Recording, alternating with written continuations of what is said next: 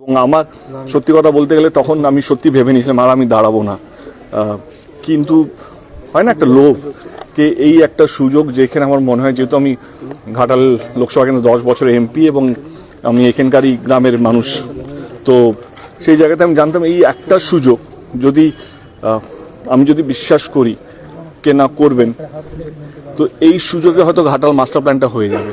এবং আমি সেই দিন বিশ্বাস করেছিলাম দিদিকে, এবং দিদি তার বিশ্বাসের কথাটা আজকে রেখেছেন। শুধু আমাকে কথা দেননি, তিনি ঘাটালে এসছেন, যেখানে যেখানে ওনারা মিটিং করেছেন, যেখানে যেখানে সে ঘাটাল হোক, দাসপুর হোক, পাঁশকুড়া হোক, আরামবাগ হোক, সব জায়গা থেকে মমতা ব্যানার্জি তিনি কথা দিয়েছিলেন। এবং অভিষেক বাবু তিনি এসেছিলেন, তিনিও আমার সঙ্গে মিটিং করে তিনিও কথা দিয়েছিলেন।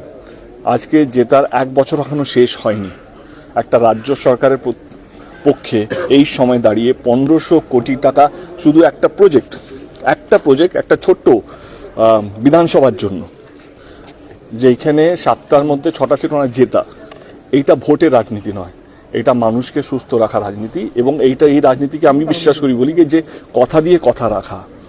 বিজেপি বিধায়ক বলছেন যে রাজ্য সরকারের একার পক্ষে কোনোভাবেই এই প্রজেক্ট করা সম্ভব নয়, কেন্দ্রকে সাথে নিলে এই প্রজেক্ট হবে না। কেন্দ্রতে কে আছে? বিজেপি আছে। এমএলএ কার? বিজেপি। সে তো নিজের পার্টি গান গাইবেই। দাসপুরে মহামিছিলে ডাক দিয়েছে নতুন করে চন্দ্রেশ্বরের খাল খনন বিরোধী কমিটি, তারা জমি দিতে নারাজ, সেই একটা মহামিছিলের ডাক দিয়েছে 2-3 দিনের মধ্যে। কি বলবো? দেখো, যদি কোনো নন পলিটিক্যাল মুভমেন্ট থাকে আমরা সেটাকে সাধুবাদ জানাবো। এবার তাদের যেই কোশ্চেনগুলো অ্যারাইজ হবে, তাদের দাবি, তাদেরকে এখনো ডাকা হয়নি, তাদের সাথে বসা হয়নি না। এবারে আজ থেকে কমিটি ফর্ম হয়েছে, আমার I am sure Ghatal master plan announce মানে ঘাটাল মাস্টার প্ল্যান এক্সিকিউশন শুরু হয়নি। আমাদের একটা কমিটি ফর্ম হয়েছে, কমিটির মধ্যে কী কী ডিপিআর হবে, কোথা থেকে রুট হবে, রুট ম্যাপগুলো রেডি হয়েছে, কী কী কাজ হবে, কোথায় সুয়েজ হবে, কোথায় পাম্পিং স্টেশন হবে, কোথায় খালকে খাল কাটাই হবে, বা কোথায় নতুন করে নদী কাটাই হবে। এই প্রসেসগুলোই 6 মাস লেগে গেছে। এইবারে আমাদের এক্সিকিউশন কাজ শুরু হবে। সেইখানে প্রত্যেকটা কৃষকদের কাছে যাদের জমিন আছে, যাদের কাছে যোগাযোগ করা, তাদের গ্রামে যাওয়া, তাদের বাড়িতে যাওয়া, এবং তাদেরকে বোঝানো কেন আমাদেরকে এই রুটটাকেই নিতে হলো, এবং তাদের যে ভয়টাকে এখান থেকে নদী গেলে যে যেখানে বন্যা হয় না সেখানে বন্যা না হয়ে যায়, তো তাদেরকে বোঝানোকে প্রত্যেক কটা নদীতে আমরা সুয়েজ একটা গেট করছি, কি সেটা পুরোপুরি কন্ট্রোলে থাকবে ইরিগেশন ডিপার্টমেন্টে। অতিরিক্ত যতটুকু জল যেটা বন্যা না হবে, যাতে বন্যা যাতে না হয়, ততটুকুই জল ছাড়া হবে ওই সুয়েজ থেকে, ওই গেটটা থেকে। আদারওয়াইজ আমার মনে হয় কি, দেখো এখনো অবধি মানুষের কাছে আমরা পৌঁছইনি, কারণ ইটস এ হিউজ প্রজেক্ট। এটা আমাদেরকে সবাইকে বুঝতে হবে। এই প্রজেক্টটাকে রেডি করতে গেলে আমাদের সবাইকে, আমাদের টিমকে যারা কমিটির মধ্যে, তাদেরকে পড়াশোনা করাতে হচ্ছে, তাদেরকে শেখাতে হচ্ছে কি আমরা কিভাবে প্রেজেন্টেশন রাখবো, কিভাবে মানুষকে বোঝাবো। মানুষের 1000টা প্রশ্ন থাকতে পারে, কিন্তু আমাদের 5000টা উত্তর নিয়ে যেতে হবে তাদের কাছে। এই 5000টা উত্তর কী কী হতে পারে, কী কী অ্যাঙ্গেল দিয়ে আমাদের কাছে প্রশ্ন আসতে পারে, সেগুলোর জন্য একটা প্রিপারেশন টাইম লাগে। আমার মনে হয় কি আজকের দিন অবধি সেই প্রিপারেশন টাইমটা আমরা নিয়েছি।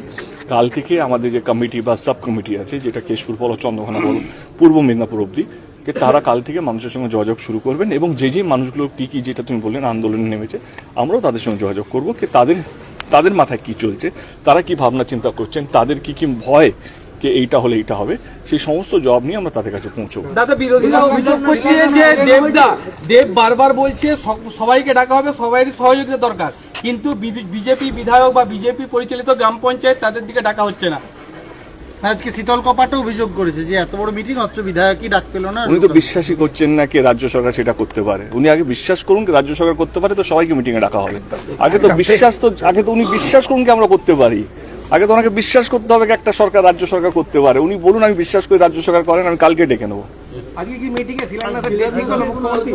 হ্যাঁ, সরি, এই যে যেতেতে আমার সিএম সঙ্গে হয়তো কথা বলবো, তা ওনাকে বলবো এই যেতেতে আজকেই কথা হবে, এবং ওনার ডেটটা নিয়ে, কারণ এটা এত বড় প্রজেক্ট, এটা ওনার ড্রিম প্রজেক্ট। এবং আমি জানি লাস্ট 1 বছর ধরে যবে থেকে আমার সঙ্গে কথা হয়েছে, আমার যতবারই দিদির সঙ্গে দেখা হয়েছে, 3টে সাবজেক্ট নিয়ে যদি কথা হয়, তার মধ্যে একটা ঘাটাল মাস্টার প্ল্যান থাকেই।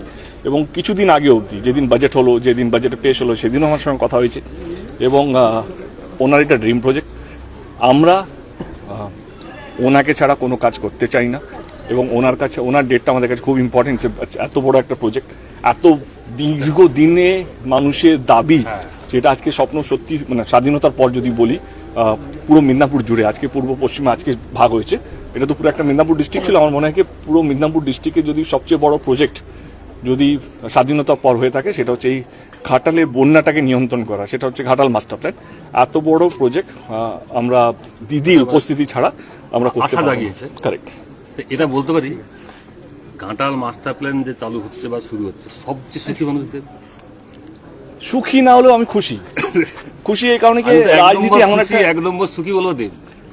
আমি যে কি আনন্দ আমি হয়তো কথা দিয়ে বোঝাতে পারবো না, কারণ যারা আমাকে বলেছিল দেব কেন আবার রাজনীতিতে ফিরে এলো, আমি কোনোদিনও তাদেরকে বোঝাতে পারিনি কে কেন আমি ফিরে এলাম।